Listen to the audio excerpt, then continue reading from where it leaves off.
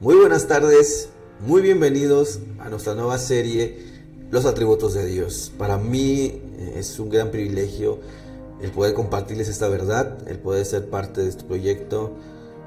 Me presento, quizá algunos no me conocen, me llamo Gustavo Morales y estaré en las próximas semanas dando a vuelo de pájaro una serie de enseñanzas en cuanto al carácter de Dios. ¿Por qué es tan importante como cristianos bíblicos, como creyentes en este siglo, estudiar los atributos de Dios? En primer lugar, definitivamente porque la Biblia lo dice, Dios se reveló al hombre por medio de su palabra. Debemos de recordar el libro del Éxodo, cuando Dios llama a Moisés al monte y le da los mandamientos en aquellas tablas de piedra.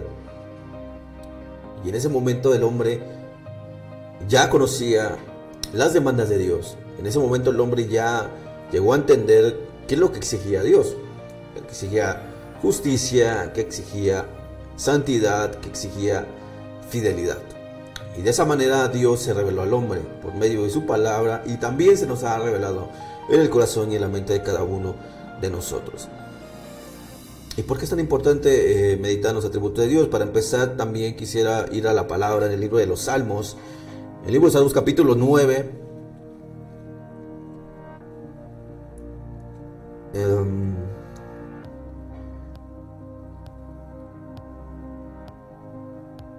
En el versículo 10 dice: en ti confiarán los que conocen tu nombre, por cuando tú, oh Jehová, no desamparaste a los que te buscaron. El salmista dice: en ti confiarán los que conocen tu nombre. Cuando el salmista dice en ti confiarán los que conocen tu nombre, se define de la mejor manera los que conocen tu carácter. Eso quiso decir el salmista aquí, los que conocen tu carácter. Y creo que conocer el carácter de Dios es importantísimo en este siglo. Conocer el carácter de Dios en este tiempo es muy importante. Lo analizaremos a través de la teología sistemática. Pero ¿por qué es importante estudiar los atributos de Dios? Yo realmente, cuando hablo con la gente y le llego a preguntar ¿quién es Dios? ¿Cómo consideran a Dios? ¿O cómo ven a Dios? El 95 o 97% de las personas me dicen que Dios es amor. Y por supuesto que la Biblia dice que Dios es amor, ¿no? La Biblia está llena del amor de Dios, desde el Génesis hasta el Apocalipsis habla del amor de Dios. Pero hay algo muy importante, que tristemente solo el 3% o un 2% puede decir que Dios no solamente es amor, sino justicia, santidad, trascendente, inmanente, todopoderoso, omnipresente y muchos atributos más que iremos hablando en las próximas semanas. Y hay muy poco cristiano que conoce el carácter de Dios como tal. Por decir algo, ¿cómo es esto posible que Dios al mismo tiempo sea un Dios de amor y misericordia, y al mismo tiempo sea un Dios de juicio y de ira? ¿Cómo es que Dios puede contemplar un Seol o un infierno donde mucha gente está sufriendo tormentos y se concentra todo el juicio de Dios y toda la ira de Dios ahí? ¿Y cómo es que al mismo tiempo Dios puede contemplar el paraíso del seno de Abraham y el cielo con un gozo inefable y un amor infinito? Y Dios puede ver los dos escenarios al mismo tiempo y poder sentir al mismo tiempo ira y amor. ¿Cómo es posible que Dios al mismo tiempo pueda sentir estos sentimientos, si le podemos llamar así? Puesto que Dios, su carácter trasciende sobre nuestros pensamientos.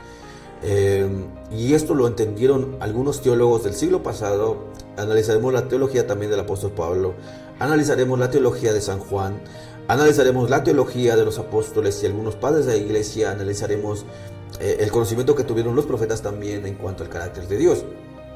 Y tan solo por mencionar también la teología de algunos siglos de la iglesia, por mencionar tan solo como introducción, quisiera mencionar a los puritanos. Los puritanos fueron entre el siglo XV y XVI, saliendo la Edad Media y entrando la Reforma. Este movimiento se levantó y es impresionante, es uno de los movimientos que más me encantan y me gusta analizar.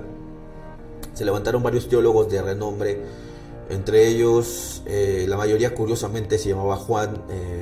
Por ejemplo, estuvo John Milton, que fue el primer gran puritano teólogo. Estuvo John Bunyan, que escribió clásicos espirituales. Estuvo también John Owen, John Flavel, Richard Baxter, entre otros puritanos. Estos hombres descansaban con una teología totalmente bíblica y sus mensajes lo describe de una manera tremenda. Por ejemplo, si tú escuchas a algunos de ellos hablar o predicar, o en sus libros, te vas a dar cuenta de que cuando ellos hablaban del amor de Dios, eran unos poetas en el altar. Enamoraban el corazón del hombre hacia Dios, eran capaces de conectar al hombre con Dios, en un amor totalmente profundo en el alma. Pero también cuando se ponían a hablar del juicio, de la ira de Dios, en el altar se volvían unos jueces. Cambiaba totalmente el tono de su voz, cambiaba totalmente el mensaje y el semblante de su rostro. Estos hombres eran capaces de llevar de un estado a otro el mensaje de Dios. Porque eran capaces de entenderlo, porque ellos conocían el carácter de Dios. Creo que es importante como cristianos entender el carácter de Dios que trasciende sobre toda teología muy mal enseñada en este siglo. Así es que en el transcurso de estas semanas vamos a ir analizando la teología bíblica y descubriendo y redescubriendo la teología de los apóstoles. Así es que queden atentos, que en las próximas semanas estaremos hablando sobre toda esta verdad. Que el Señor les bendiga.